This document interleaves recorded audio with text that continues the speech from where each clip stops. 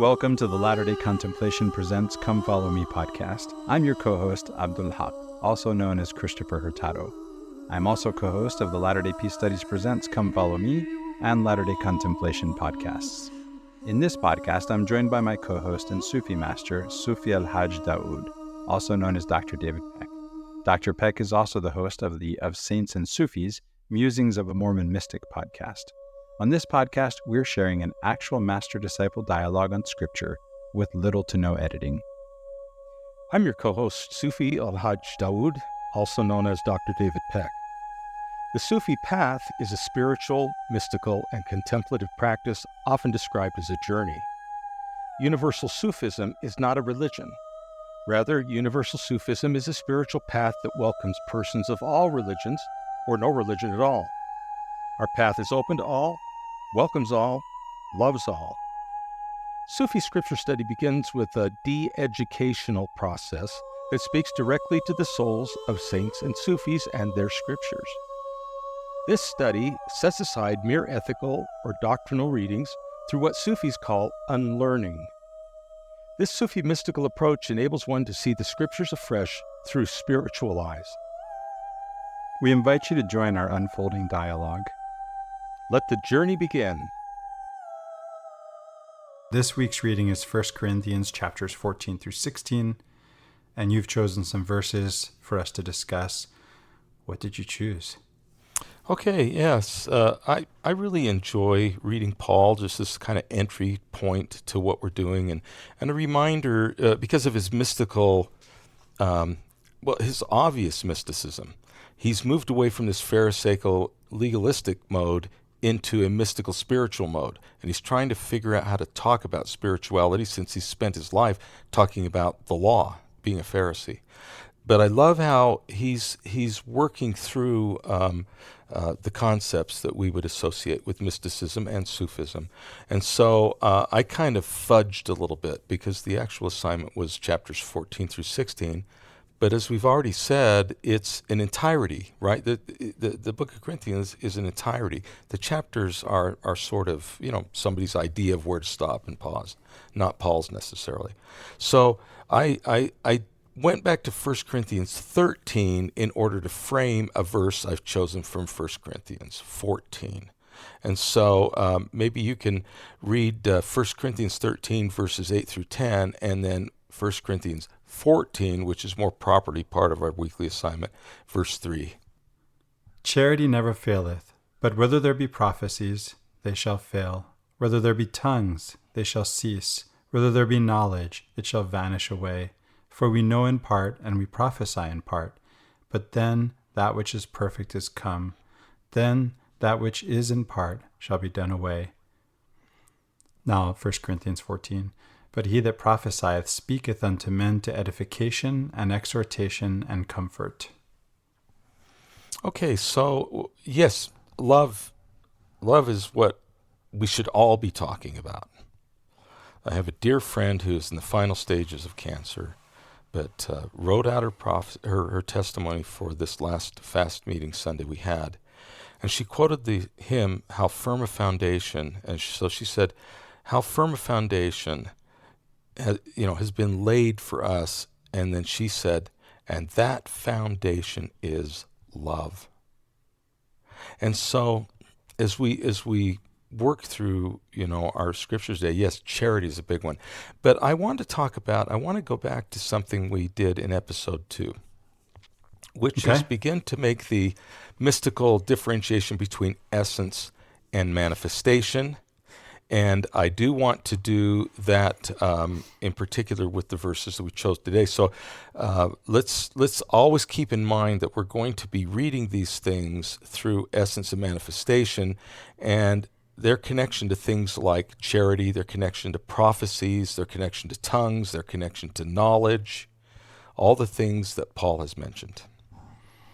I thought you were going to go back to what we mean by charity, because we've been talking about love, and we read in the King James charity. I remember talking about how love is, or how charity is described as the pure love of Christ by Moroni, and how you said that's one reading, right? It doesn't have to be the only reading. And so we're talking about love, right? We are talking about love, right? Yes. Okay. Yes. Now, my question ultimately would be something like, is love essence or manifestation? And we'll deal with that later in our discussion. But in other words, yes, I want to talk about love. Okay. But I want to talk about love, prophecies, tongues, knowledge, all the things that Paul has mentioned in these verses. But I want to talk about them in terms of the differentiation between essence and manifestation, which is very important for the mystic, very important for the Sufi, because we always want to make sure that everything we do points us back to the perfection of our essence, which is called our soul. Okay. If it doesn't do that, then it's of limited value. I don't know if that makes sense. And we'll talk about that more as we go through here. So just kind of as a roadmap, we're going to be doing a lot of essence manifestation, because I think love can be essence and love can be manifestation. And that knowledge can have an essential quality, and knowledge can also be a manifested quality. So we're gonna get a little more what would I say, kind of a more finer screen to sift these terms essence and manifestation as they apply to charity, knowledge, etc. And just work it down. I can see already this is, I was hoping you weren't going to ask me, whether love or essence or manifestation. And now you've given the answer, yes. Yeah. And it's one of those catchy answers. Is it this or is it that? Those lovely binaries we love to work with, like, off and on, light and dark. If a person's not good, they're evil. If they're evil, they're not good. And if they're, all these things that just really don't apply to our universe very well, and they're not very insightful. They set us one against the other rather than helping us to live a spiritual life. That's one of the lessons that I've taught my children as a homeschool dad, Sheikh, is this, through reading biographies in U.S. history, that there just aren't any good people or bad people, right? They're just people, and we're all good and bad at the same time. Absolutely. And by what standards are they good or bad? In other words, do I take my current standards and superimpose them on the past? So I remember once, people learning that, for example, that many of the saints, including Joseph Smith, even with the word of wisdom, occasionally had some wine, usually mixed with water. It helped to purify water and such. And they would just say, well, how could they do that? How, and on and on. And I'm going, well, they don't have a clean water piping system. It's July or something, and go look at that pond out there or whatever, or that well, and tell me you really feel good about drinking that kind of water with the slightly greenish tint. They didn't live in our times. And so, and they understood that the word of wisdom was not by way of commandment, as it says clearly in the scripture, but, and for what? For edification. And so so when we talk about opposites like good or evil, I think that sometimes we're not sensitive to the times in which people live. And I always like to think, I'm hoping that if I am judged, there's going to be an accounting of when I lived and where I lived and what happened in my life. And was my life easy in certain regards? Was my life harder in certain regards? And, and take into account the agency of other people, the agency of a parent that might be loving or a parent that might be abusive, and that effect that it has on the child. And so I love the fact that when we read Doctrine and Covenants, it just straight up says that we're going to be judged by the intentions of our heart. Right? It doesn't mean our actions are valueless, but so as we try to move through is this essence or is it manifestation, we realize by it being both that it is therefore powerful. Right? Why is it powerful? Because you have a spectrum to move along. It's not just a strict binary opposite of turning it on or off, but we can become more virtuous in a certain way, or we can become less virtuous in a certain way, or we can become virtuous in the context of my life in a way that wouldn't be virtuous in the context of your life. Isn't this something that was introduced by a Sufi? You're reminding me of Pico de la Mirandola and his essay on the dignity of man, and I think he gets those ideas from Al-Ghazali, right? Yes, he The does. idea that there's a hierarchy of being, and Yes. that we can either ascend to be Yes. like angels or descend to be like beasts. We That's as exactly human right. beings don't fit in any fixed position on that hierarchy. We have the ability to move up or down, the power, as you said, right, to move up or Yes. down. Absolutely. And to occupy different places or stations. And some of us will shine at a certain station where others struggle with it. And we will shine at a station that they have a struggle with. And it's also very scriptural to me. If you go to the book of Abraham, you start, I think it's going to be the 3rd chapter, but where you go in there, it'll say, where there's 2 intelligences, one is greater. So no one is equal. There aren't 2 where they're the same. Where you have 2, one's up, one's down. Yeah, that reminds me too of the first book. I think it was Stephen Covey's first book, Spiritual Roots of Human Relations. He mentions that in some areas, he talks about the days of creation. In some areas, maybe I'm on day 1 and you're on day 7, but there might be another area where it's the other way around. Right. And Right. and then we can strengthen each other, right? Yeah, exactly. And that's the whole notion of community, which is another Sufi concept, which is they're really pulled into what we often call the 2 great commandments, right? Because and this is what deen, the Arabic word deen, means in Sufism and elsewhere. Deen is loosely translated as religion, not Islam versus Christianity versus Judaism, not religion in that sense, but just religion writ large, anything we would call religion. And it consists of 2 parts, that we will honor and serve God to the best of our ability and love, and we will honor, serve, and love our fellow men and our fellow women, our fellow whoever's, right, whatever the case may be, and all creation as an honoring of the gift of God. And so Why then is the day of judgment called Yom Ad-Din, the day of Din? because the deen in the Quran, we're going to go to the Quran, right? Because the deen, you're talking especially about the day of deen, the day of religion, which is often translated as the day of judgment.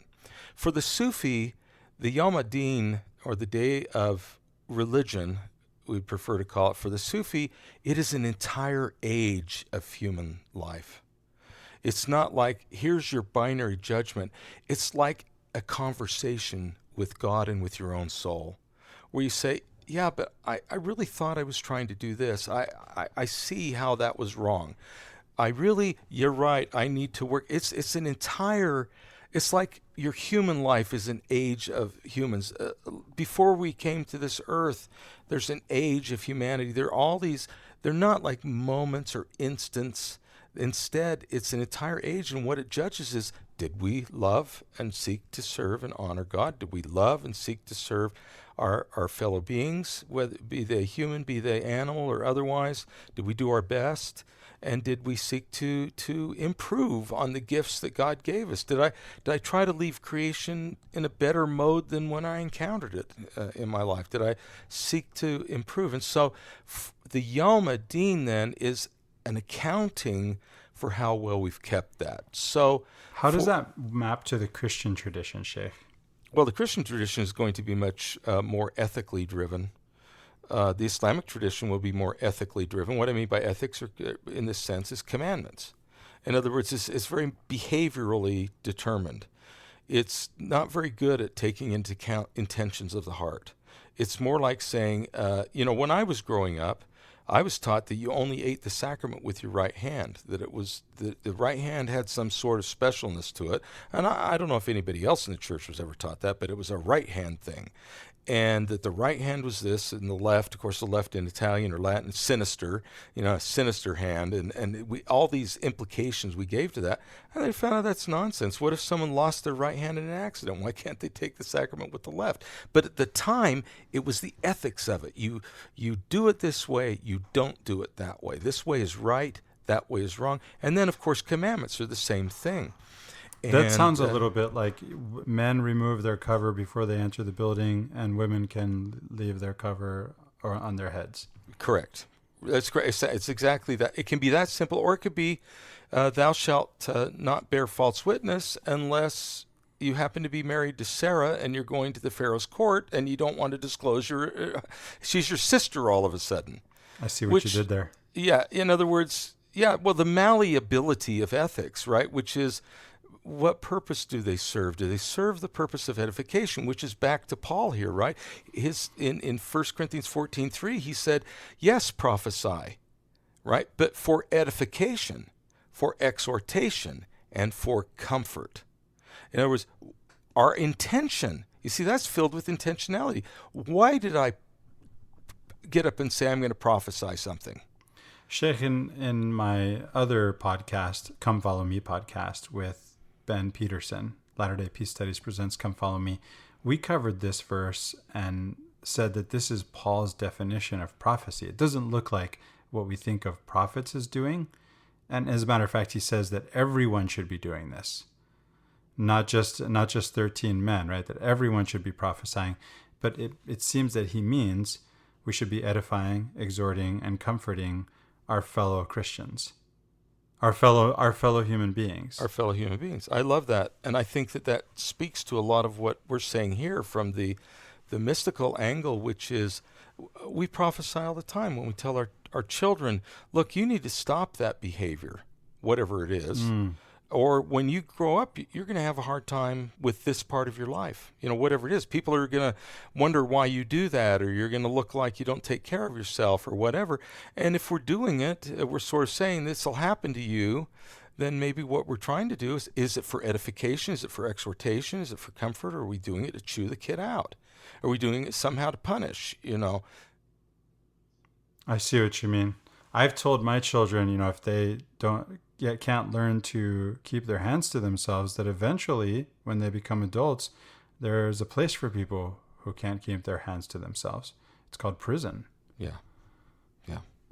And so, and a lot of what you're trying to do is to help them understand the consequence of something. And if you do it in order to edify them or to exhort them to a better behavior or to comfort them, then I think you've fulfilled 1 Corinthians 14:3.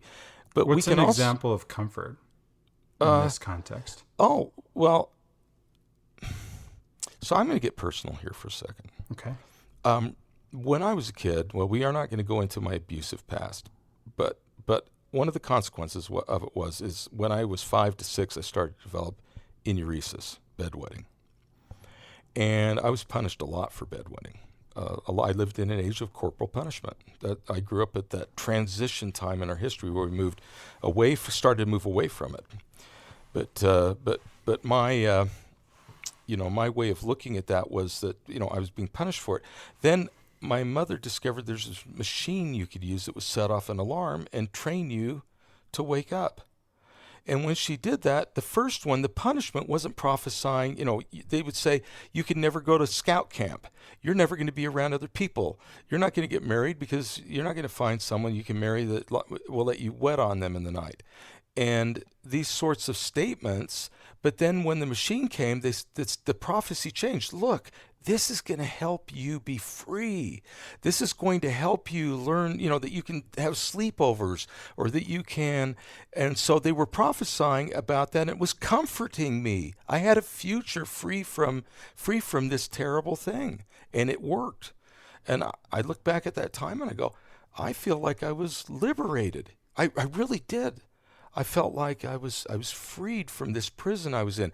But the first one was not only was I in the prison of enuresis, and they told me all the things I can't do because of it, I got the belt for it, you see. So the one was not for edification, exhortation, or for comfort. The other one was if you get beat hard enough, somehow you're going to magically wake up in the night and not wet your bed. When you're dreaming that you are going in the toilet. You're literally dreaming you're doing the right thing. That happened to me. So you understand, they're both prophecies, but the first one was punishment, imprisonment, and watch out or else. And the second was, you want to be free? This is Jesus. Oh, you want to be free.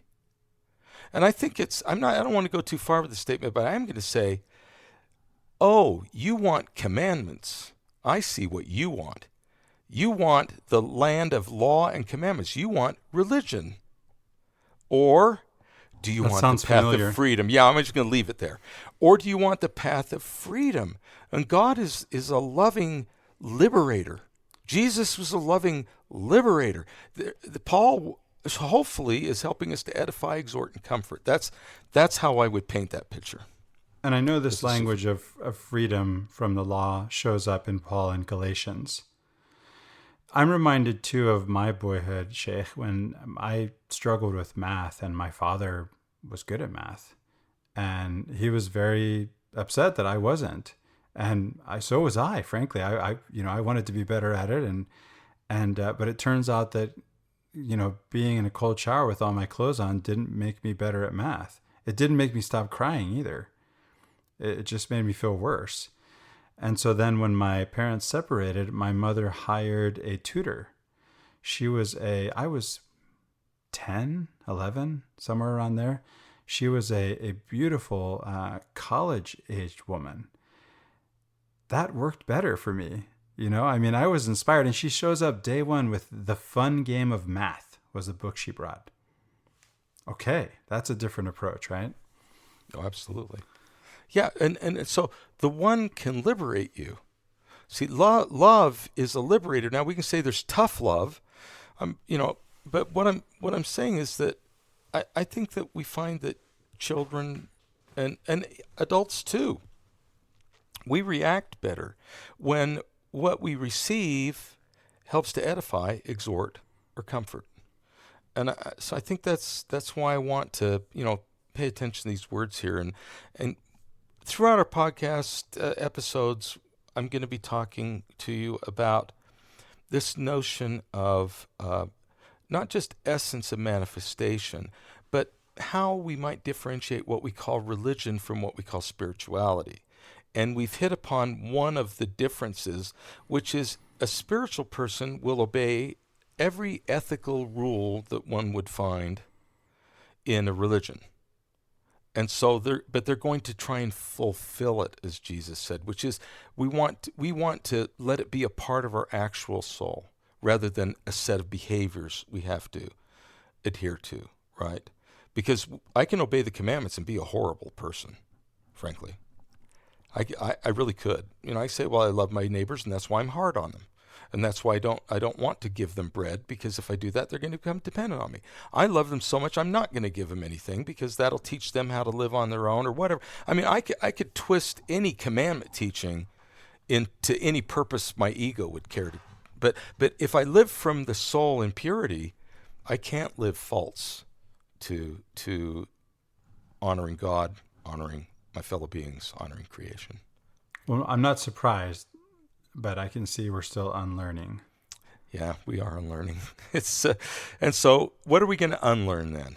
Remember, that's one of our processes that we want to do here in our episode, which is, as we have our little conversations, spend a moment.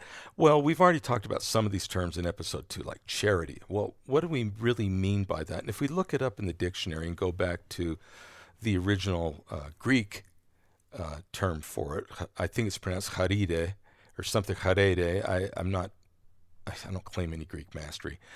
But as I looked it up and worked through that, it's about benevolence. It's about how you act. A lot of them is what you do for other people. So a lot of it is ethics oriented, right?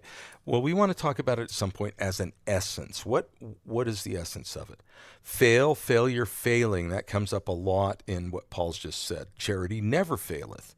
So he's talking about a love that can never die, never fade away. But prophecies, he says this is bold, isn't it? Where there are prophecies, they shall fail. Sheikh, I have a question because, so you say, I don't know what word charity is coming from. I know that in 1 Corinthians 13, it's translating agape, which just means love. It can be romantic or spiritual love. I think of charis when I hear charity, but it turns out that translates grace. And charity translates philanthropia, which I think is anybody can hear is philanthropy. So what are we talking about? I know here we're talking about love. But if we do say charity, then what is that word? Well, you know, let me just mention something here very briefly that I would give as advice on this, and I would use Jesus as the prime example, which to me is love is the extending forth of one soul to fit the need of another appropriately for their condition. It's Okay. what I can do that will help to fit their need according to where they're at. And this is a spiritual gift to me. Not you can't write down, well, the rules are, the ethics are, if the person makes more than $25,000 a year, then you do this, and if they make, we tend to want to have these bright line definitions, but I think there's a wisdom, a discernment to it. And here's Jesus as an example. To the woman taken in adultery, he basically says, I'm not going to judge you, neither will I judge you, go, don't sin anymore. To the woman at Jacob's well, he says he reveals herself to herself, right? Which is, yeah, and the guy you're shacked up now isn't your husband either, is he? Because she needed to know that someone could see her as she is, not as she presented herself to be. She needed to reveal her soul to her ego. And he did that. And she said, this man is a prophet. Then to the Pharisees, it's scribes, Pharisees, hypocrites, beautiful whited sepulchres filled with filth and dead men's bones, because they needed to be called out on their hypocrisy. He said, you're not going to make any spiritual progress if you live in a state of hypocrisy, because that's letting your ego trump your soul. You never get to your soul. And then finally at the temple, he says, where's my whip? In each one of these, it is meat to the condition and the need of the person. The woman taken in adultery had a hard life. I think he basically said, you don't need another judge. What you need is someone who can encourage you, to edify, exhort, and comfort. And to the woman at Jacob's well, he tells her what she needs to hear. To the scribes and Pharisees, he says, woe unto you, and that's what he thinks they need to hear. And to the money changers, is where's my whip? And you know what I'm saying? It's not a single thing. It's the meeting of his soul's desire with their need. This seems to problematize the idea of, what is it called? Teaching in the Lord's way? Yes. The Lord's pattern. The Lord's pattern. Yeah, I have heard that many times, teaching after the Lord's pattern. Or, in fact, I actually gave that presentation to some students at BYU, a student group, secondary education society, when they asked to talk about Christ-like teaching. And I go, Christ-like teaching to me involves a gift of discernment. And as a college professor, I had it sometimes. I had students whose cheating had to be called out, and actually they had to be expelled from school and come back fresh because it was so bad, it was so pervasive. And I had other students where I said, something tells me not to come down hard on this student, and then they come to me and say thank you, even though they were badly behaved in class and things. They come back and say thank you because I'm the only member in my family. My family all belong to a different church, and they've disowned me, and I'm living on my own, and I don't have enough money, and I have this pressure. And I talked to him. I thought, thank goodness I did not chastise that one. And then 10 years later, the ones that were expelled came back and said, I cleaned up my act. I got a real college degree, not a cheating degree. I have a good job now, and I want to thank you for not letting me get away with it. And so it's, once in a while I seem to get it right. Do you understand what I'm saying? Sometimes where you don't tell your child what's going to come right out of your mouth. Something stops you and says, don't do that. I wish I'd been good at this all my life, but developing the ability to say, whoa, hang on a second. And so love is like, well, what do they need to really help them? They need the bedwetting alarm. They don't need another whipping with the belt. I thought of a connection, maybe this helps with, to answer my own question, and that is maybe the graces, charites, right? So we call the three graces, right? So there it is. Now we have charites, which is related to charity, right? And then we have the graces, even though grace is translating charis. But here we're dealing with agape. It's about love. I guess my question is, out of that would be then, why translate agape charity? Are we saying there's some kind of connection here between love and charity? I guess is it just Moroni? What are we? Well, What are or we is doing? is it caritas in Latin, and then it becomes charity from then on? And I really don't know. I mean, those are a lot of very excellent questions. So we're still talking about love. Yeah, but we could talk about all these that way. We could talk about Okay. prophecy, and in fact, Paul himself redefines prophecy. We think prophecy means three-piece suit at general conference, and they let you know what it is.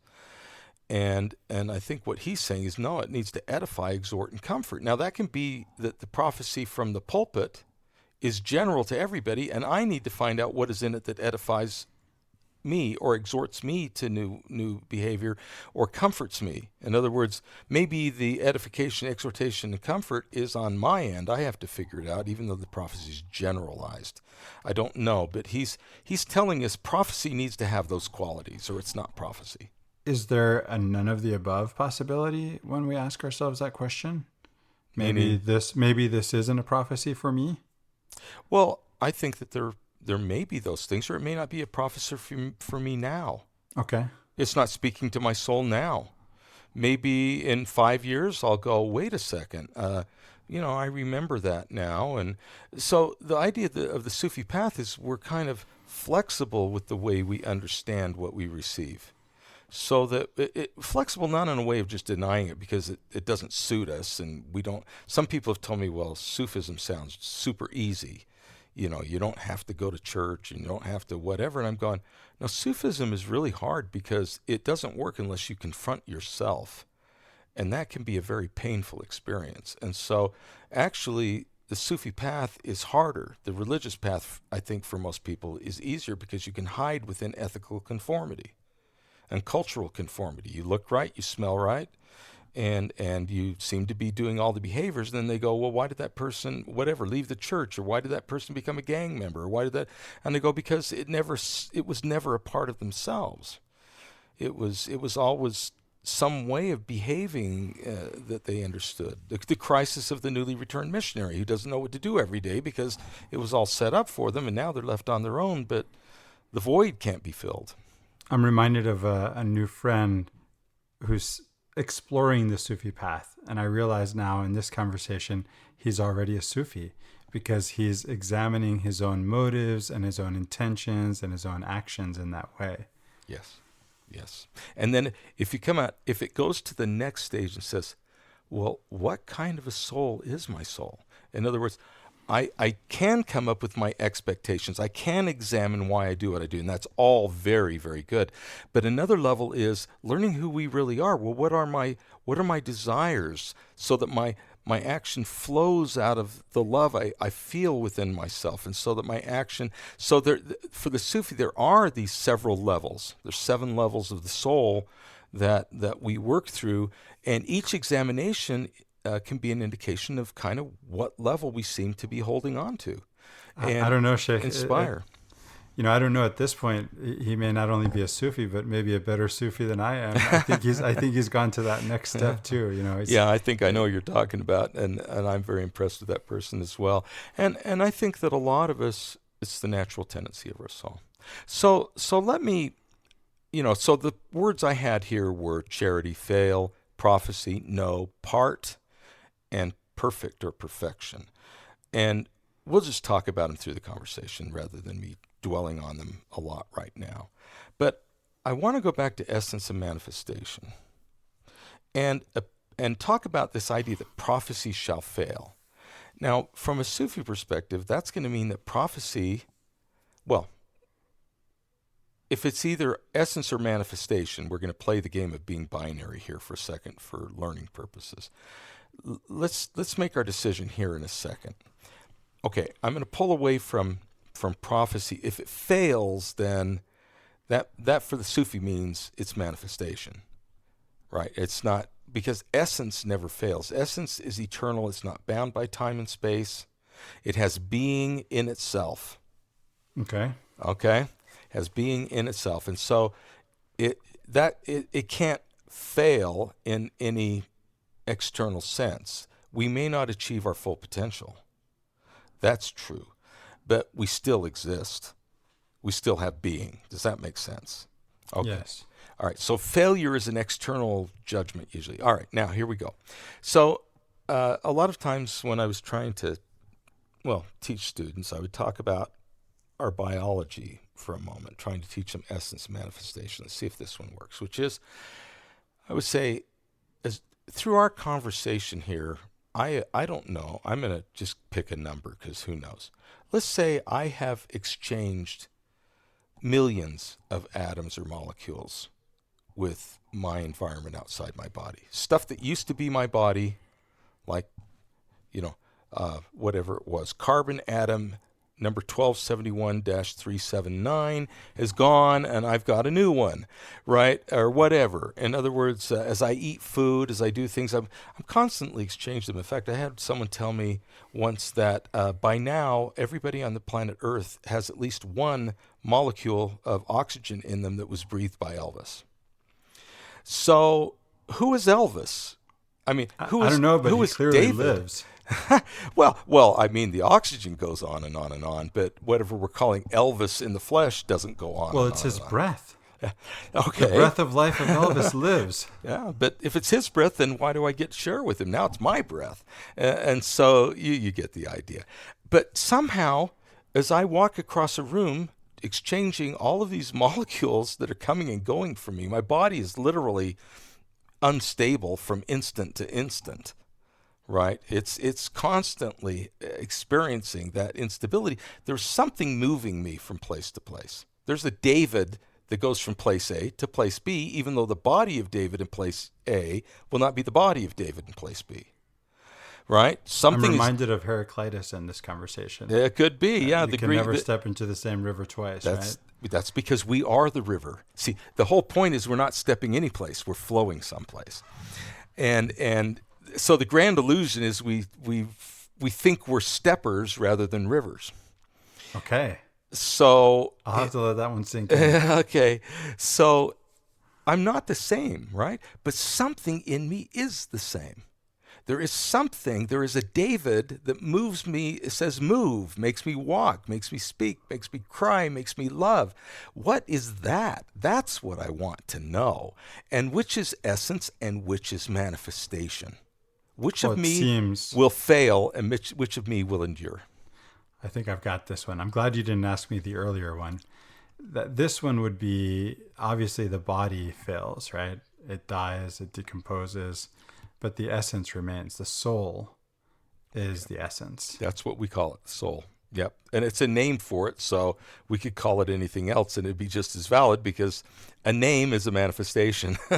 It's calling something a manifestation. So it remains the ultimate mystery that we can only know by experience. And that's why Sufis try to experience the soul through meditative and other practices. This is the reason for the via negativa that theologians take, right? I'm thinking of Plotinus too. You can't say anything about the one because as soon as you say something about the one, now it's manifestation, right? It's one, not two, right? It becomes dualistic. Dualistic, and not only that, but if I think, well, God is holy, I could say I'm worshiping God. God is holy. But all I have is my understanding of holy. So I've just limited God to David's understanding of God. And that is manifestation. I think there's a lot of that going around. Oh, we do it all the time. That's why Sufis call it the God ideal, that we're constantly having, because that's a flowing stream too. We should be constantly coming back. This is why the Sufi doesn't run away from the faith crisis. We embrace the faith crisis because the faith crisis reveals to us what we've put our faith in that has failed us. Paul says prophecies will fail. Well, maybe my image of the perfect bishop just failed because Bishop Jones doesn't match up to it. Right? Well, that should reveal to me that maybe there's something wrong with my ideal bishop concept more than there's something wrong with Bishop Jones. And so I need to think about, well, where did I get that concept from? Where did I inherit this perfect, this is what a perfect bishop does concept from? Now, sometimes I think one answer to that question is often it's been handed. When you say inherited, I thought it's tradition, right? It's tradition from the Latin that means handed over, right? It's just been handed down to us. And so I think of Al-Ghazali again, because Al-Ghazali seems like what he wanted us to do. And I was thinking about him today and comparing him with Paul. It seems that he wants us to, it's not that he doesn't want us to follow the law. Both Paul and Al-Ghazali are saying follow the way, which whatever that's called in your tradition, right?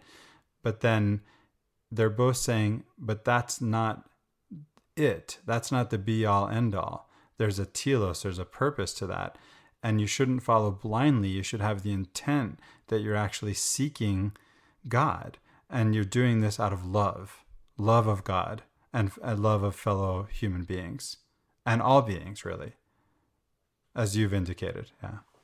We exist right now within an amazing manifestation. What Ibn Arabi called a garden amid the flames. And when you look up at a night sky and you see all the stars, you know, each one of them is an incredible nuclear fire, and all that's burning around us, even the way in which heat induces atoms to get excited and to move. This idea of flame is everywhere in this universe, yet in it we have stability, we have a garden. Even though my body changes from moment to moment, I still have my body, and it still interacts with me, and I can respect it or whatever. We can talk about those things as well. But the notion here is, right now my being, my essence, my soul exists in a context, and that context is a manifestation. And so it causes us to ask certain questions about, where am I? How did I get here? What is this place?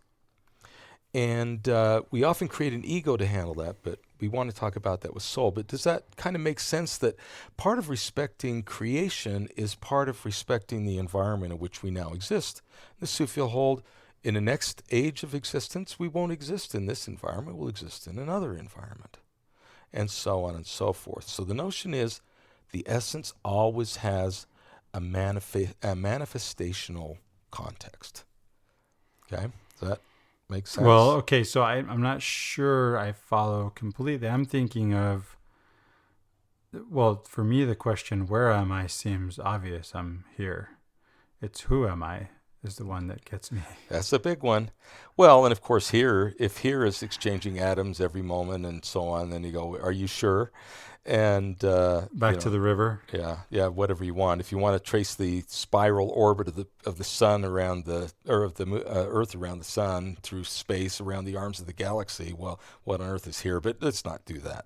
Let's just keep it simple. So let me investigate this from a Sufi perspective by going to the poet Jalaluddin Rumi, one of the great Sufi poets, 13th century, amazing poet. It's always been fun to me, Sheikh, that in America today, that this 13th century Muslim mystic is the best-selling poem. The best-selling poet. Best-selling. Isn't that ironic? In the English language in America, absolutely. The translations by Coleman Barks and others, very good, great translation. Why? Because I think we have a spiritual need, a deep spiritual need, and it's not being met in the usual religious forums. And so Rumi speaks to us. And so he speaks to us. The mystic can speak to us because the mystic knows no age. The mystic wants their poetry to be as close to essence as it can possibly be, so that it has an enduring quality for any age and any place, any time, for any manifestation. Not only, right, any manifestation, meaning religion, as in Islam, Christianity. Sure. So we're these Christians reading this Muslim mystic, right? And he's the same one who says there are as many paths to God as there are people on earth. So it's not just Christians versus Muslims. It's this Christian versus that Christian. It's my conception of God. What did you call it? My God ideal? Yeah, God versus ideal. yours and someone else's. That's right. God idea? Yeah, it's called the ideal by Hazri Nai Khan, but yeah, we get the idea that it is an idea I've invented. Okay, so it is the God ideal by name, but it's my idea of God. That's exactly what it means. Right. So I guess the fact that we all tend to do this is what we would call the God ideal. It's that process of us all doing it, and the God idea would be my particular manifestation. I don't know. So I imagine I don't have any idea who your God is. well, that's the point, isn't it? That we can all sit in the same church service and God will be mentioned and talked about, and we feel like we're all coming together in perfect unity, where in fact the way in which we see this could be totally different for each one of us. And yet, as Paul tells us... And it's okay. That's the next thing I said. It's okay we don't fully inside of ourselves agree. That's right. And Paul tells us in one of his other letters, I guess it's 2 Corinthians, he tells us that that each part of he talks about members of the body, members right? of the that body, each part has its part to play, and that no part is more important than the other. And that means that wherever we are, whichever God idea we hold, we can still be one body of Christians, right? Absolutely. You bet. And that's a gift of the Spirit, where we just learn to set things aside and love each other. And of course, that's the same Paul in 2 Corinthians is going to say, we're all different, and one can't say to the other, I don't need you, but he's going to say, but the ones that have the greatest need are the ones we should be paying the greatest attention to. In other words, that in the body, if one has need, that's the one that needs our attention and our love. And so it's not like we're all perfectly equal, even though we are all necessary. And that the energy of love should flow to the part of the body that needs it the most. When we go back to that scripture, we can talk about that maybe. He has this wonderful thing where he just says the weakest are the ones that we should be giving the greatest heed to. I'll have to bring this up next time I talk to my father-in-law. He's an audiologist and feels that hearing is more important than vision. And we have this argument all the time. Whenever we get together as well, why family. not? Are we going to read a quote from Rumi? Yeah, let's do it. So here it comes. Okay. This is Coleman Barks' translation from The Essential Rumi. Who looks out with my eyes? What is the soul? I cannot stop asking. If I could taste one sip of an answer, I could break out of this prison for drunks. I didn't come here of my own accord, and I can't leave that way. Whoever brought me here will have to take me home. So that first question is what I was saying. Who is it that makes me walk? Who makes me speak? Who makes me cry? Who makes me love? What is that part of me? Where's this action coming from? And he asks the same question. Who looks out with my eyes? Who causes my eyes to go one place or to go the other? Right? The way I put it is the eye of the eye. Okay, the eye of the EYE. What is it my soul or is it my ego? What is it? And so why don't you just go ahead and, do you have anything you want to comment about? Well, I was just thinking after you read that line from Rumi, it reminded me of this idea of dance with them what brung you. Ah, yeah. Right? That's it. So you're I should be dancing with God in this life. All right, now we're talking. I like that, dance with God in this life. Oh, I love that. That's great. Because, Rumi started the whirling of dervishes, and what are they trying to do? Dance with God. And dance is very important to Sufis. They're the Muslims who dance. In today's Salafist Islamic tradition, the harsh Sharia's tradition, dancing and music are out. Well, for Sufis, dancing and music are in, and they're big. Because it's a celebration. So, yeah, dance with God. Well, let's go on to Paul here for a second. We can talk about these together. There's something that is creating a manifestation. There is something moving the eye towards seeing. Okay? I decide I'm not going toward Paul quite yet. Rumi's saying, who looks out? Someone is looking. The eye is the instrument of seeing, but it is not the instrument of looking. It's not the cause of looking. Looking is a function of something else. Something says, move the eyes that way. Something says, move the eyes that way.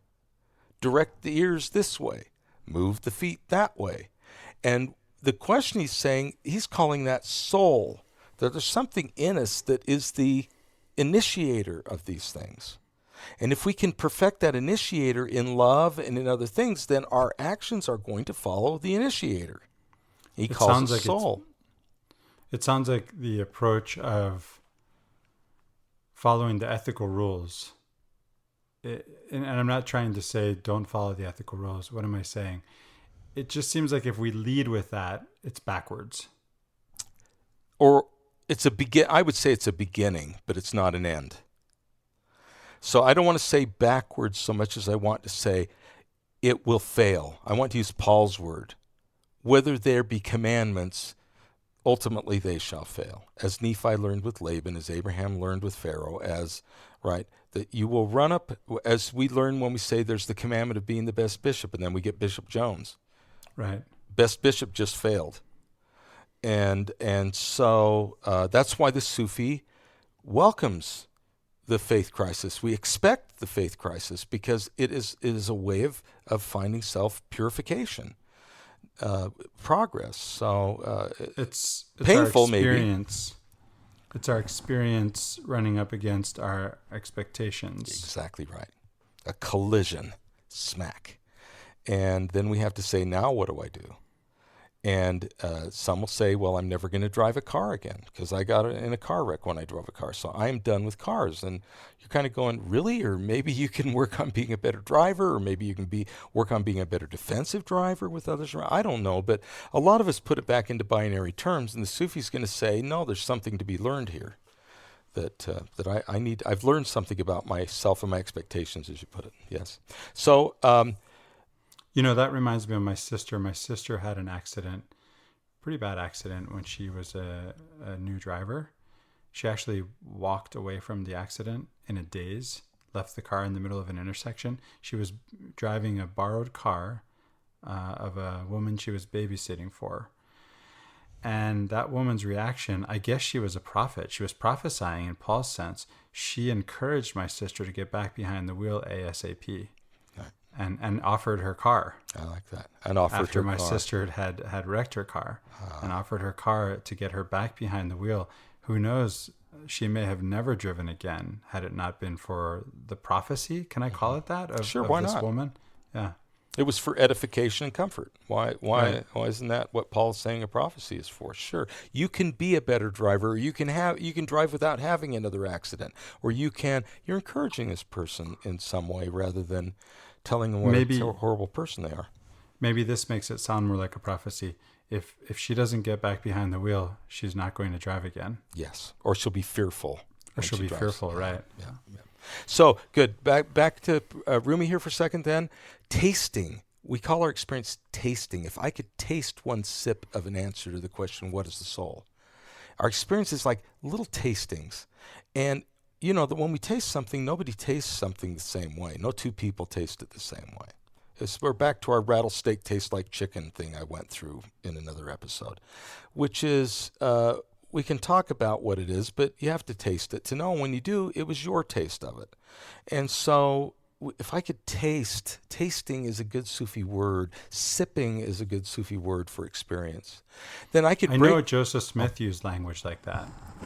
Right, Joseph Smith strikes me as a mystic when he speaks of the taste of good doctrine. Oh, doesn't he say something like that? Yeah, I think that's coming back to me. Yeah, it's like life can have flavor to it, and so joy, I think, is a flavor. When we experience joy, it's like we're tasting something really delicious. All right, so let's move a little bit on with the Rumi here, and. So he says, I could break out of this prison for drunks. One of the problems is if we don't get our experience in line, like your car accident or whatever it is, if we don't pull it back into a place where we can understand it, then we're always reactionary rather than actionary. We respond out of fear. We don't want to be hurt. We don't want this and we don't want that. But what do we want becomes less of an actionable thing. And so we're not acting from soul, we're acting from fear.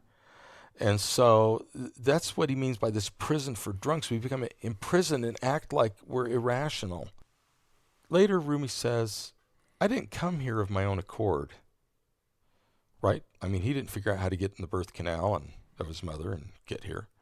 whatever this manifestation is, and I can't leave that way. So he's kind of making a play on the John 3:3-5 Nicodemus discussion. Can a man yet enter again into his mother's womb? He's just saying, of course I can't.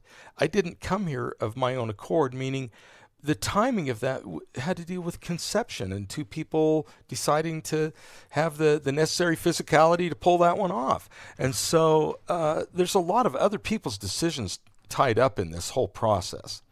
So I didn't come here of my own accord, and I can't leave that way, which means I'm dependent. What am I dependent upon? That whoever brought me here, meaning the divine, will have to take me home. I'm reminded of a Quranic verse. It's one cited whenever someone dies in the Islamic tradition, right? People say, they quote this verse, they say, Inna lillahi wa inna ilayhi raji'un. Indeed, we all come from God, and to Him we all return. Yeah, and that is very much a Sufi thought, which is what we're doing here right now in this manifestational context is we're figuring out how to return. And the problem is we're too drunk with ego. We're too drunk with fear. We're too drunk. This is why it's a prison for drunks. We think we're acting rationally, but our reason is based upon our fears, or our reason is based upon incomplete information, or it's based upon faulty assumptions, and so we keep moving around thinking we got it figured out, and then our experience comes along and knocks us a big one, and we go, I had nothing figured out. And so the whole point of the Sufi path is we go right to the source, my soul and the divine. That's what we call it. We travel, right? On the return trajectory, we travel in God, or to God, with God, in God. To God, with God, in God. In other words, God, the divine, is our spiritual designated driver. What do I do with my soul when I encounter it and I meditate? I try to take it back to the divine and receive the inner disclosure in what Sufis call the secret, the sir, the secret of secrets, or the secret place of our heart. We try to receive that disclosure that can bring me true guidance in my life, in my circumstance, in my condition, according to my talents and abilities. I'm reminded of one listener who responded to our first episode together, Sheikh, and he said, I can see how the individual spiritual path is the only way. And he said that he appreciated seeing that modeled. He was taking away that this conversation you and I are having is about my path. Right. And that it's not his path to follow, but that he was seeing an individual path modeled. We should all be trying to help each other go home. That's Deen. We rely on the divine to take us home, return this unto Him we will return, unto the divine we will return. And also this whoever brought me here will have to take me home. I can't get myself completely home, but I can put myself on that path and reach out for the help that is for me in my condition. So the generalized help is never to be disparaged. But if it can't be applied personally, then it isn't edifying or it isn't comforting. Christopher, would you mind reading from Acts 17, beginning verse 24 through, verse 28 or so? Okay.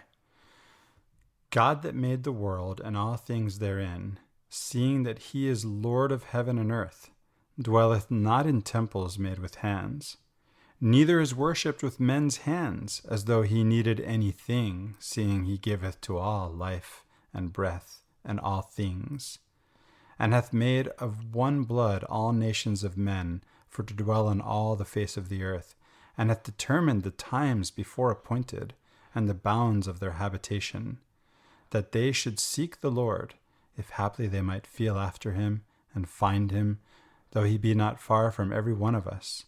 For in Him we live and move and have our being, as certain also of your own poets have said, for we are also His offspring. The divine that made the world and all things therein is the Lord of heaven and earth, and dwelleth not in temples made with hands. That's essence. lordship, control, not being controlled by the matter, not being controlled by the universe as being created, not subject to the universe being created, but existing entirely independent of it. Okay? Which also gives lordship over it. So this is a statement of the essence of the divine. Then he said, neither is worshipped with men's hands as though he needed whatever, their statues or their flames or whatever they're doing. As though he needed anything. Burning fat. There you are, burning the fat off the thighs, yep. Thigh bones of the sacrifice, right? Anybody who's cooked chicken thighs sure knows a lot about chicken fat, right? They're one of the and the fattest. gods gather like flies. That is, in fact, when they smell it, right? Yeah. Or not. Or not. We're saying not, right? Or not. Well, and he's saying he doesn't need it. See, that's one of the things I just think he says, neither is worshipped with men's hands as though he needed anything. It's like somehow we get the idea that this needs to happen and I need to feed this God, or I need to clothe this God, or I need to... And we do feed and clothe the God in our own minds, even if we don't do it to a sacrifice.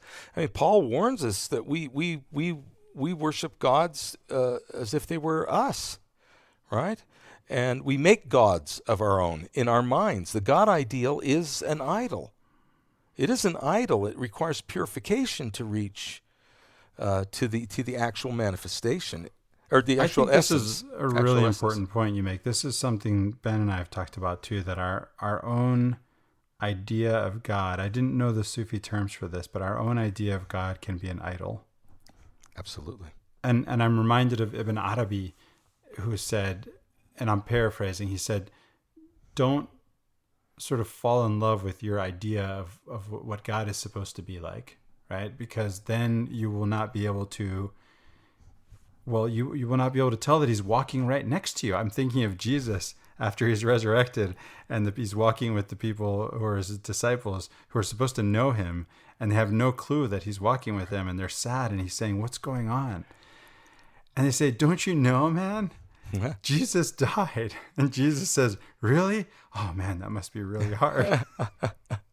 Well, this is the humor that sometimes accompanies these twists of mind we've worked ourselves into. It sounds like a Sufi story. It is very much. Well, this sounds like one of those Nasruddin stories. Sufis love, yes, Nasruddin. Yeah, Sufis love Jesus. They absolutely. I mean, Jesus is for them a big part of who they want to be, right? Because they're going, he gets it. He is it. He's got it. And so as we work through that, we're very happy to say, you act like Jesus. We go, oh, really? Thank you. Or whatever, And there's humor to it. There's humor to a lot of what's going on there like that. And so we're going, he is there all the time. Neither is worshipped with hands, right? Need anything. He gives all life, breath, and things, and hath made of one blood all nations of men to dwell on all the face of the earth. We're the ones that make differences between, immigrants and people that were born in the United States, or you're a Mexican, or you're a white person, or you're a black person, or you're and all of whatever it is. How the ways in which we divide ourselves are not from the divine. And my favorite part is that racist theories, as they grew up in the United States, often attributed them to the divine. They've said, God made the races. God divided us. God doesn't want you to be over here with us. And you're going, no, that's absolutely not true. The opposite took place. And that's what Paul's teaching us, that we're all family in a very real way. So we are all children of Adam, right? All been Adam. But I'm thinking of a verse from the Quran that I love, and I'd love to hear you. Maybe it looks like a contradiction, right? And so there's a verse that says that God could have made us all the same, but he didn't. He made us into different nations so that, and this is my favorite part, not so that we would war with each other, but so that we would get to know one another, almost as if it's almost like some communal version of getting to know your own soul. That's right. Knowing yourself, right? It's knowing your fellow human beings, even though they appear different. Oh, yes. Oh, maybe that's the solution to the contradiction. It appears that they're different, but they're the same. That's right. The way I had people say this to me, I'll use this, is I remember I've lived among Muslims. I've lived among many people, in Egypt or in India or wherever. I've spent a lot of time in Tunisia living among these people, which is different than I've had people sometimes say, well, we took a trip to Israel and so I understand Palestinians. I'm going, that's beyond, it's beneath fiction. You can't even construct fiction out of that. That's unless you had a better experience, you really can't say that you understand a people because your driver was Palestinian. You've got to live among these people more and be charitable to them. But I would talk about these things, and I would have sometimes students, sometimes others saying, you mean Muslims love their children like we do? And I'm going, why is that such a difficult point to take? Why would you even think that? Why would that thought ever enter into your head? And that's their experience coming smack dab up against their false idea, because they just found someone who said, of course they love them the same. What are you thinking?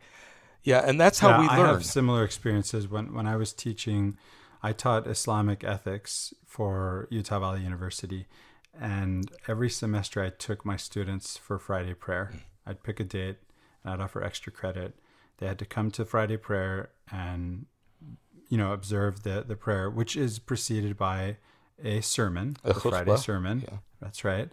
And then write a response paper, just 2 or 3 pages response. These were my favorite papers. I bet they're great papers. All semester, every semester, all year. And what I saw over and over was, it wasn't like Fox News. It was like going to church. It was just like going to LDS church. The themes that the imam took up, I felt like I was in a sacrament meeting listening to a sacrament talk. I love it. One of my favorite discourses I ever heard on the purpose of fasting was on the Friday that began a Ramadan month. And it was such a beautiful one. I thought, I wish I'd written that down. I'd give it as my next sacrament meeting talk. It was absolutely beautiful and filled with meaning. And so our expectations create these divisions. We've been taught them, like I say, in many cases. I worry that sometimes the things we teach children are just terrible, terrible things. It occurs to me now that you say that. I talked earlier about handing down, right? Yes. So these traditions. Another translation of that same word. See, in the Bible, in the New Testament, every time someone's handed over, we get handed over in the translation, except when it's Judas. And then all of a sudden, the word gets translated betray, which is, I guess that's a possible translation. So these things end up betraying us, or they betray reality in some way, and thus they betray us. Just as part of our ongoing unfolding conversation, I love where these things go. We don't script a lot of this. We do have notes, but we don't script a lot of it. I used to teach Oedipus, the Sophocles trilogy, Oedipus Tyrannus and Oedipus Colonus and Antigone. And I love teaching the whole trilogy so they could see the spiritual progress that Oedipus makes. We usually only teach Oedipus, they often call it Oedipus Rex, and he's blinded at the end and exiled, and it's all terrible. But I like to teach about him coming back to the gods. I love to talk about Oedipus changed, but it was hard to get students to find compassion on Oedipus, because they say, well, the guy slept with his mom. And I go, well, he had zero idea it was his mom. In fact, he was convinced it wasn't his mom. He thought his mom was the queen of Corinth, not Thebes. He thought he was running away from that prophecy. He was doing his best, but little did he know he's running right straight toward it. Can't you have some sympathy on the guy? And no, they just wanted to damn him. I said, well, how did he end up in the hands of the king of Corinth? He was the child of the king of Thebes. And they go, well, the parents, because they knew the prophecy that he'd kill his father and marry his mother, they tied him up and put him on a hill for wolves to come and eat. I mean, they threw this kid to the wolves as an infant and didn't want him crawling away, so they drove an iron pin through his ankles. They pinned him so he couldn't even so much as move his legs against the wolf when it came for him. I thought, no wonder he's so messed up. And that's why they call him Oedipus. It means lame foot. And he was lame because of that iron pin that had been driven through his ankles to bind him up. And I said, aren't we all Oedipus? Don't we all have lame foots? Maybe your lame foot is that your parents taught you to hate Democrats, or your parents taught you to hate Republicans, or your parents taught you to hate Mexicans, or your parents taught you to hate women, or your parents taught you to... I mean, we all inherit lameness. So we walk through this life, and it's not because even the parents mean it. It's just what they're dealing with too. It's not like they're not actually pinning our ankles and leaving us on a hill for the wolves. But we are No, lame. they're just handing down to us what was handed down Traditions. to them. Yep. And it's important that we hand down traditions. Sure. Some of them have a lot of value, but unfortunately, not all of them are of equal worth. And there's a wonderful talk by Elder Scott in the late 1990s that I could refer to at another point, where he just basically said, if you've inherited a custom and is contrary to principle of the gospel of Jesus Christ, you better disinherit it, or you're denying your baptismal covenants. It was a pretty direct talk. He just said, you can't claim to be a baptized member of the church in good standing if you harbor racist sentiments or these customs that don't fit the gospel of Jesus Christ. But that's inner reflection. Do I harbor something contrary to the gospel of Jesus Christ? It's a Sufi concept. That's not an ethical commandment concept, because it asks the question, what do I harbor? I'm the only one that knows what I harbor. There can't be a commandment for all of us that's also specific to me unless I make it specific to me. So it's this question, Lord, is it I? Absolutely. I love this, where the rich young man goes to Jesus and he says, what do I need to do to get eternal life? He said, you know the law. And the young man says, I've kept all these commandments from my youth upwards. What lack I yet? He asked the question. He asked that question. But it's a rhetorical question. Well, he wasn't expecting an answer. Well, I didn't think he was. Was he? No, I think, here, let me give you my read. But he wasn't prepared to handle it. Maybe. Let me give you my read. My read is this. And I get to have it because it's my read. We often forget scriptural stories are incomplete. We only know what happens in what was written. We don't know what happens after. So I'm going to make up my own happy ending, because this is how I want to read it. So I think he was serious, and he did go away sorrowful, because Jesus revealed himself to himself. He did what the Sufi wants, which is show me myself, and the rich young man can't handle it at that moment. He said, oh, your problem is this. You really want to know? I'll tell you. It's this. And maybe if I went to God, well, I mean, don't be surprised by what your answer. I mean, we ballyhoo the rich young man and treat him like he's some kind of deficient person. I'm going, well, he was the only one amongst us brave enough to actually ask the question. The most of us pat ourselves on the back and think I'm good as I am. He's braver than I am. So when he gets the question, isn't it interesting though? I think, I'm reminded my wife is always trying to teach me this lesson, because she wants me to ask myself those questions. Yep. I think she says the answer is in you. Absolutely. She's a Sufi master. She is a Sufi master. You better start paying attention, friend. The people that love us the most, who are willing to endure our faults. To me, if you want to know charity's in relationships, especially a marriage type of relationship, because you actually have to live with the person, with all of their faults and all of their talents and all of the good and the bad, and still say, I see the good, I'm staying here, I want this, I've committed to this is important to me. And I did a lot of divorces when I was an attorney, and a lot of temple marriage divorces. And the one thing I could say is there's sometimes when it is necessary, because someone's being hurt or whatever. And that's very important that we understand. I'm not speaking broadly, but I will say that I think a lot of divorces were because one spouse couldn't take being asked that question, what do you think, what do you want to do? That they have responsibility for their unhappiness. That the unhappiness isn't just the fault of the other person. That maybe they're the cause of it. And I saw a lot of that, and I saw a lot of marriages fail because people couldn't bring themselves to ask, what lack I yet? Couldn't do it. So back to the rich young man, I'd like to think he went away sorrowful, walked around the corner of whatever street they were in and said, Jesus is right, and I want it. I really want it. I would give up And he sells anything everything. and he sells it. He gives to the poor and he goes back and follows him. But we don't have that part of the story because it didn't show up in the scripture. Yet I we love it. judge him as if we knew the end from the beginning. As for God, we know the beginning from the end and the end from the beginning. I guess there's no reason why these New Testament stories would be that different from Old Testament stories. The Old Testament, though, I guess there is the difference in language between Hebrew and Greek, but I know they're really, how should I say, they're compact. You know, they're just so compact. There's so much going on. And that's why I love the poet Stephen Mitchell, who takes the story of Joseph and he expands it. Yes, I love that.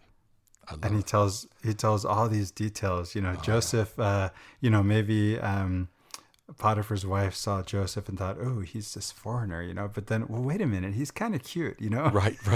Time goes by, right? And there's more of a story. There's a lot going on in her. She's a human being. We don't treat her as a human being with whatever strengths or faults she may have. And I think that once we have sort of the veils that we put upon ourselves removed from our sight and are able to see people more generously, that we're going to be surprised at how much they're like us and we're like them, and that we want mercy. I had a colleague who used to greet me every time I saw him in the halls. I'd say, how are you? He'd say, I'm fine, I believe in a just God. And he'd say to me, how are you? And I'd say, I'm fine, I believe in a merciful God. I'm really into a merciful God. You know what I'm saying? Justice, and I'm doomed. But I'm. Please forgive me, Lord, the fool that I am. But we'll see. So good. Let's keep going here.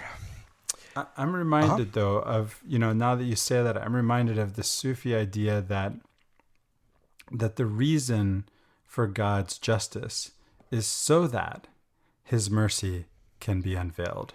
It's so that His mercy can be made manifest. Yeah. And that reminds me of Paul, who says that the purpose of the law is to show you that there's grace. That's it. That's it. Yeah. It's how are we going to grow in love of God unless we experience the love of God? And that reminds me of, I've told this story before, maybe in another context, I'll tell it here, my personal experience of a men's team meeting. Where there are men gathering to do men's work, and the question is asked: is there any man present who is out of integrity and who's out of honor with himself? And I raised my hand, and here's what happened. I was new to this, and I thought, what's going to happen to me? I've got to be honest here. If I can't be honest here, where can I be honest? You know, and I examined my heart, and I realized, well, you know, I'm not really living up to all my standards. And I raised my hand, and they said, "Sing us your favorite song." I said, really? That was the punishment, so to speak? There is no punishment. Well, the consequence. That's why I said so to speak. It's once I've answered the question, we're really done. Right. It's like, okay, just sing us your favorite song, right? We're already done, right? Because the whole purpose of this check-in, right, of this checking yourself against the law is to realize that there's grace. I love it. And that's what they gave me. That's what they showed me. That was such a powerful experience. That's great. And these are men. We're not talking about the divine. Right. Are they better than the divine? Well, we can lead each other. I don't think so. Yeah, and the divine would even be more so. So be the brave one that says, Lord, what lack I yet? I mean, like I say, we love to put the rich young man down, and I'm going, whoa. We don't even have enough courage to sincerely ask the question. What? Whoa, that was 3 woes, Sheikh. Oh, whoa. Yeah, that's triple curse. Woe with an H on the end. So no more putting down the rich man. Take him as an example. Ask, what lack I yet? And be willing to hear the answer. I'm not going to ask you here on this podcast. No. Well, we can talk sometimes less public about my own experiences where the Lord loved me enough that He chastened me and scourged me, and we can go through those. So, back to Paul here. Let's that they should seek the Lord. The whole purpose of this creation, all our air, our breath, how things live, how they move, the earth, things made by humans, said, and all of us being of one family and living in times and ages, etc., that they should seek the Lord. That's his purpose. In other words, if this were a prophecy, if the prophecy are we're going to create this universe and this earth and we're going to be here, if that were the prophecy, it should edify, right? It should comfort. Why? The purpose of it, in verse 27, he says that they should seek the Lord, if haply they might feel after him. It's like tasting. It's like sipping. That we should be, and happily here doesn't mean happily. Happily, it means that if for some reason they learn how to, or, seek after him by feeling after him. We should be always finding God in creation, finding God in our fellow humans, we should find God in ourselves. We should be seeking, and then we get this little taste or this little touch, and we go, oh, yeah, I want more of that. I want to touch that again. When I read feel after him, I feel myself stumbling in the dark, feeling around, seeing through a glass darkly, right? Yeah. That's the image I get. Oh, yeah. And because then he says, though he be not far from every one of us. Now, something that isn't far from everyone has no distance. Oh, right. Not far from every one of us. I remember another verse from the Quran I love. It says, God is closer to us than our own jugular vein. Yeah. Our life, in other words. He's as close as the moment of life and death. That's exactly correct. And so Paul's saying the same one. He's not far away. God being far from us. If someone says, someone was swearing in the room, and so the Spirit left the room, I'm going, no. The Spirit was more firm in the room. The Spirit was saying, heed me, find me, feel after me. The Spirit doesn't walk up and leave us when we need it. It's only closer. So this is the weird thing. If there's any distance, it's only perpetual closeness. It doesn't get further away. It just gets closer and closer and closer, I guess I would say. I mean, I don't mean that literally, but he's not very far from every one of us. Meaning, the thing about feeling after him is all we have to do is just decide to touch, and we feel it.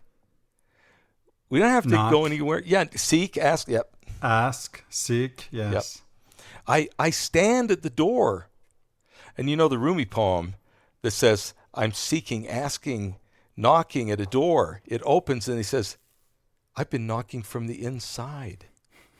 I was already inside. See, I thought the door meant there was something out there, and I didn't realize that everything I needed was already in here. It's not like I'm going to some other place. It's like I'm realizing where I'm at. There's a distinction here that Ben and I have often spoken of, and also Riley on our sister podcasts, on Latter-day Contemplation, on Latter-day Peace Studies Presents Come Follow Me, and that's the metaphysical epistemological distinction. The metaphysical is that which is the case, right?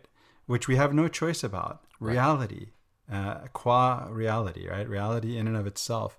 And the epistemological is our perception or our thoughts about that reality. And they don't always match up. And sometimes, I think oftentimes, and this is why we come back to this distinction a lot, oftentimes the reality, we think that the reality is that God is far. Yes. That's our epistemological experience. Right. God is close.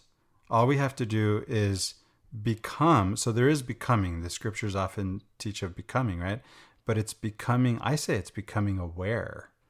Not becoming something we're already not. Conscious is how a Sufi would becoming conscious, okay. Yeah. And we cultivate that consciousness.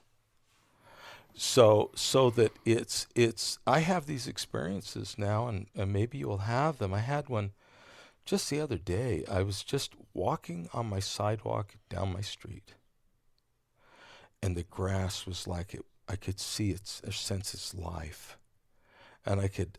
There was something that changed in my perception. I thought, this is all the divine. It's changing and shifting from instant to instant, yet it exists and it is being sustained.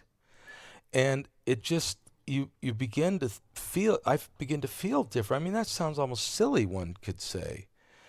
Certainly from a literal point of view, you're going to think, well, David's, must have eaten something bad before he walked out of the house, or whatever. But instead, it's a consciousness, because I can get that if we went over the weekend to Yellowstone National Park, and certainly I'm going to get it there.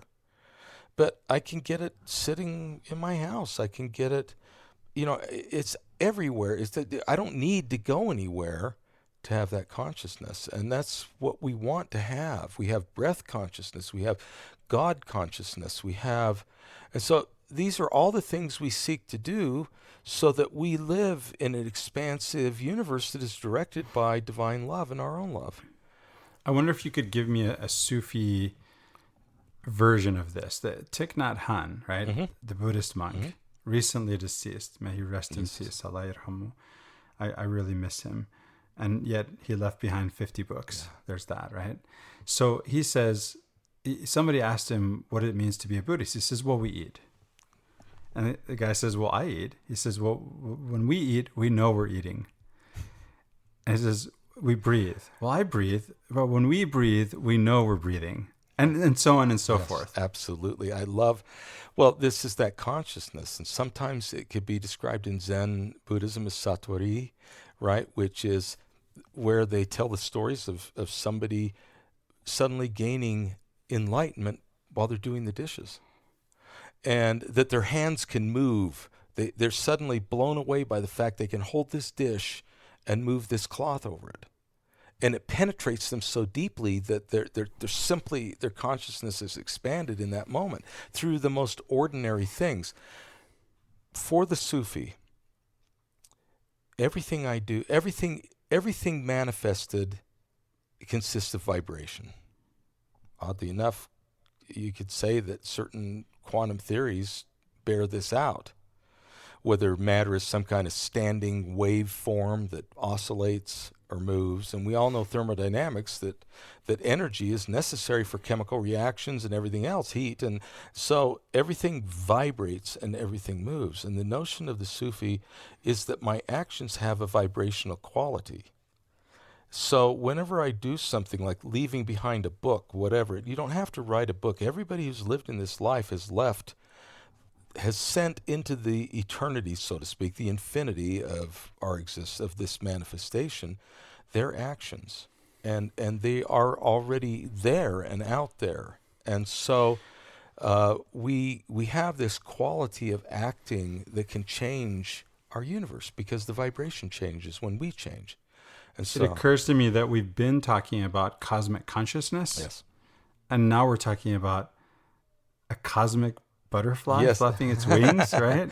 Yeah, cosmic butterfly effect. Yes, exactly. That we have an impact. We just measure those impacts by being the head of a nation or something or whatever. And I'm just going, no, everything we do. And so the Sufi wants to become aware of those vibrations. It's why we love to dance. The whole point, one of the major points of the whirling dervish tradition is that we come in tune with the vibrational frequency that's there, and that we are instruments, and we're playing our own instrument. This is very much a part of Rumi's poetry. And so the notion then is our consciousness is not only we become conscious we're doing that, like breathing. I know that I'm breathing. I know that, but we become conscious also of all that's going on around us and the divine that is behind all of it. So let's see if we can read that in Paul now. Paul says exactly this: for in the divine, for in him we live and move and have our being. We are swimming, dancing, singing in the ocean of the divine. It's everywhere around us. We're like in the depths of an ocean. Where are you going to go that there isn't ocean water? Where are you going to go that you're not going to find God? And so that's that notion of proximity again. There's nowhere to go that you're not going to find God. I'm going to tell you a little Sufi story that I love, and that is a Sufi was on pilgrimage and came back and was going to, it was quite a lengthy pilgrimage and was exhausted. He's been gone for months. Coming back and staying in a town 1 day's journey away from his home. And goes in, to a mosque because you can spend the night in most mosques. They'll say that's fine because they're there for people that need them. And he went into a mosque and he started to sleep, and someone nudged him awake. He felt his foot kicking him. Said, "Hey, the soles of your feet are pointed toward the mihrab, the niche that points the way to Mecca. That's disrespectful to God." Oh, so he moves over and falls immediately back to sleep. And then he feels this nudge in his back. "Your feet are pointed toward the shrine of that saint. That's disrespectful. The soles of your feet are a sign of disrespect. You need to move." And he moves. And the third time feels the nudge of the kick in his back. And he says, "Yes." And the person says, they're about to say something. He says, "Look, why don't you just show me the direction in which God isn't? And I'll point my feet that way." Right. That reminds me of one of my favorite Sufi stories where the Sufi master asks his adepts to take a lamb and slaughter it somewhere where no one can see them. And they all go away and come back, and one of them comes back with the lamb. The rest of them are self-satisfied. And he says, "I see you didn't slay the lamb. Why not?" He said, "I couldn't find anywhere where God couldn't see me." That's right. I see it. He's the one who learned the lesson. That's it. I see it. God sees it. This is the notion of repentance, which is why worry about someone else being your external judge? You should be your own judge. We should be constantly examining ourselves, and Paul is going to say that, by the way, I think it's 2 Corinthians, I think it's chapter 12, when we take the sacrament. Wherefore we should examine ourselves. This is Paul the mystic again. He's right back to who's going to examine you, and not your bishop, right? I mean, your bishop can give you an interview, but your bishop's not ultimately responsible for your salvation, just for your membership in the church. Well, it occurs to me that even if I sit face to face with my ecclesiastical authority, my bishop, as it were, in this context, that it's still a self-examination, and it's voluntary. It should be. The bishop doesn't really have any authority to drag me into his office, right? I have to go there voluntarily. Right. I have to sit in front of him. Right. And the questions that he's asking That's me, right. Hopefully he's sort of guiding me into he's a spiritual guide, right. Like as you are to me. He's pointing me to my own soul. At least maybe that's what I can say. That's as it should be. I think it is as it should be. And that's a beautiful point you're making. And the way I might follow up on that is to say, it's not your bishop's responsibility to do that, but your bishop can provide you with an opportunity to do that. But some of us invest our ecclesiastical authorities with that ability. We decide that if they say I am or they say I'm not, then I am or I am not. And I think that instead it's an invitation. This to me is religion at its best, which invites us to change from within, rather than religion at its worst, which orders and commands us to do it or else. So it seems then that perhaps there's abrogation on our part. Yes. That if we're the authority, we're abrogating that authority, whereas the bishop's role is to hold space. Sure, why not? An opportunity. Yeah, open up a place, and sometimes maybe a bishop assumes that's their role, or sometimes we just hand that over to them. But in either way, we don't have consciousness of who we are and what we're doing. We've given our consciousness to someone else and said, "Tell me what to be. Tell me what to do." Now we're sleepwalking again. Yeah, yep, somnambulant. So I want to talk King Benjamin for a second. Let's go to that for a moment here. Could you read, it's Mosiah 2, verse 21, please? This is a recording of King Benjamin's sermon. Of course. "I say unto you, that if ye should serve him who has created you from the beginning, and is preserving you from day to day by lending you breath, that ye may live and move and do according to your own will, and even supporting you from one moment to another, I say, if ye should serve him with all your whole souls, yet ye would be unprofitable servants." So here we've got these wonderful hymns and yous being used. Pronouns are always, they can be the solution to reading something, and they can be the hardest part of it. If you should serve him who has created you from the beginning and is preserving you from day to day by lending you breath. I love lending. It's what a great word. Lending you breath, that you may live and move and do according to your own will. This is back to this Sufi concept of instant to instant that I mentioned earlier. My body's changing instant to instant. It's manifestation, not essence. It's changeable, mutable, transitory. Even supporting you from one moment to another, I say, if you should serve him with all your whole souls, then you'd be unprofitable servants. From a manifestation point of view, so, right, in other words, there's nothing we can give back to the God that lent us breath, to the God that lent us earth to live on, to the God that lent us life from moment to moment in this physical body. But I do think that so this ocean we're swimming in, right? He gives breath. He gives all these things, this divine framework of manifestation that we exist within. Now, as we talk about profitability and unprofitability, can we reframe this in a Sufi way? Because I would say we can't pay back what we got, but I don't think that the divine is interested in being paid back. If the divine loves us, then wouldn't it be a conflict of interest to be more interested in getting paid back than in our future? Well, that's what we say when it comes to what we're supposed to be doing in our marriages, for example, right? We're supposed to be more interested in the other than in ourselves, right? So unless God is beneath us, I would imagine that he would be doing the same thing even better. Absolutely. And that's why God so loved the world that he gave his only begotten son. It's loved the world. God loves us. And it's like when I deal with my children, I'm not interested in getting paid back for them. Sometimes we would do something for one of our children. They go, well, I'll pay you back for this. And I knew that they wouldn't be able to for 15 or 20 years. And I would just go, look, when my grandson or granddaughter, whatever, when my grandchild needs something, just help them. Do the same thing for them. That's all. Because I'm not interested. I'm interested in them. I'm not interested in the money. And so even if we would ask for to be paid back the money, it's not for us. It's not because as parents we need the money. It's because we're teaching our children to be responsible. Right. You love them. And so the notion here then is when we prophesy to them, are we making it for edification? Are we making it for comfort? Are we making it or are we instead turning it around on them and making it for our own power or for our own profit or our own?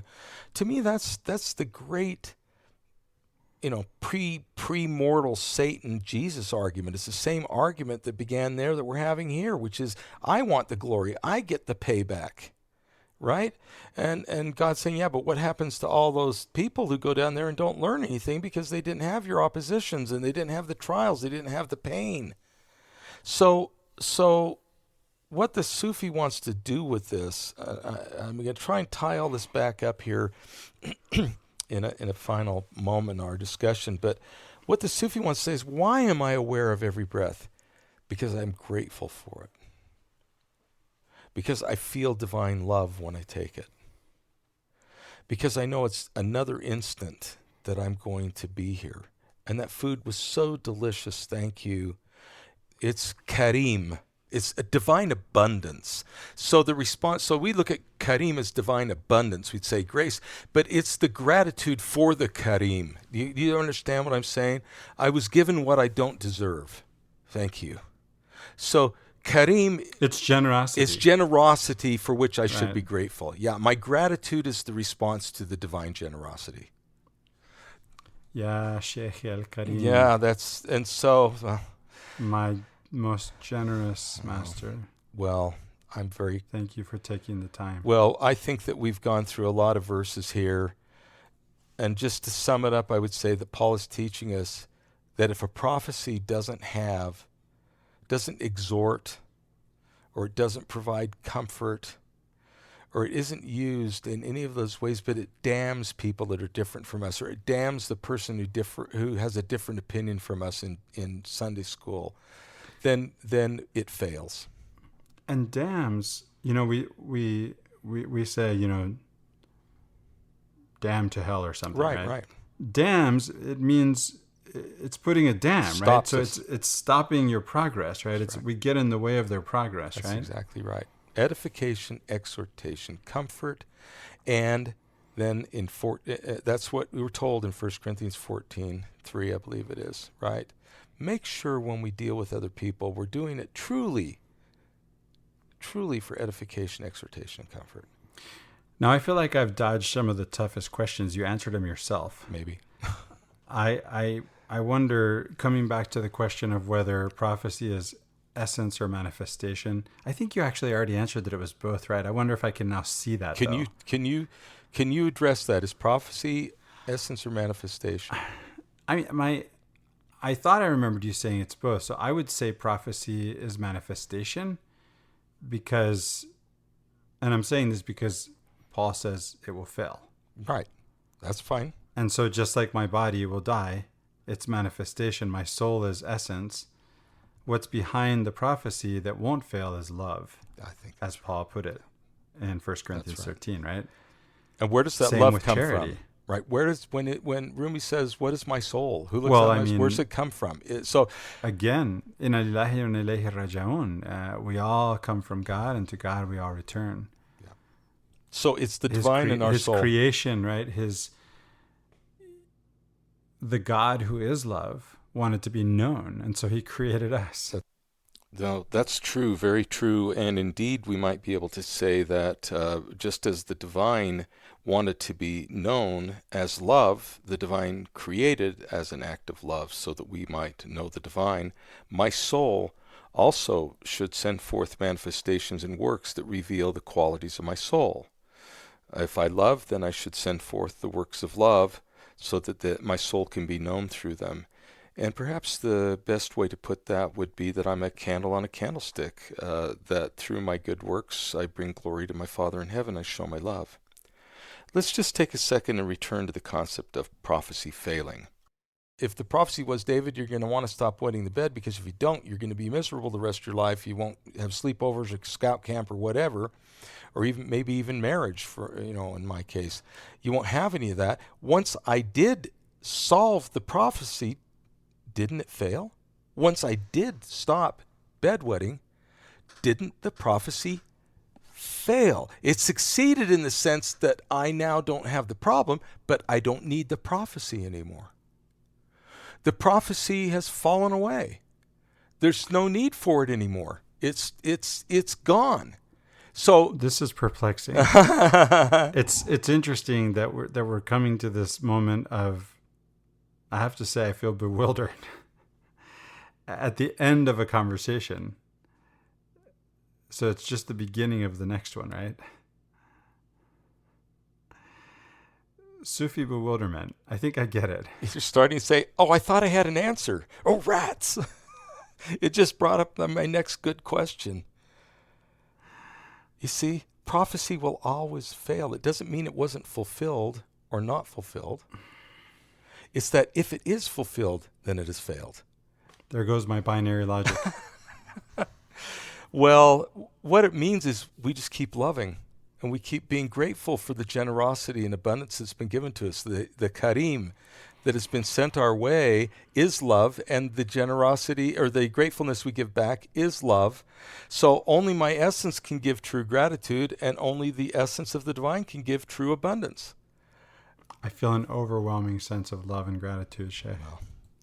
Well, thank you, Al-Haqq. I learned so much from speaking with you. I'm very grateful that we are associated, and Astaghfirullah. Astaghfirullah. Thank you for listening to Latter-day Contemplation Presents Come Follow Me. Once again, I'm your co-host, Christopher Hurtado. Please also consider listening to Latter-day Peace Studies' other podcasts I co-host, Latter-day Contemplation, offering a contemplative approach to discipleship, and Latter-day Peace Studies Presents Come Follow Me, offering nonviolent historical critical exegesis of Latter-day Saint Scripture at www.latterdaypeacestudies.org. Once again, I'm Dr. David Peck. Please also consider listening to my other podcast of Saints and Sufis, Musings of a Mormon Mystic, offering Sufi meditations and commentary through my The Truth of Jesus is Himself series at www.daviddpeck.com. Thank you for co-hosting this podcast with me, Sheikh Daud. Thanks also to Latter-day Peace Studies all-volunteer team for editing, publishing, and promoting this podcast on social media. Finally, thanks to our audience for listening and responding to this podcast and for donating to Latter-day Peace Studies, a 501c3 nonprofit organization. All of your donations are tax-deductible and go toward producing, publishing and distributing content. And thank you for co-hosting this podcast with me, al-Haqq. Till next week.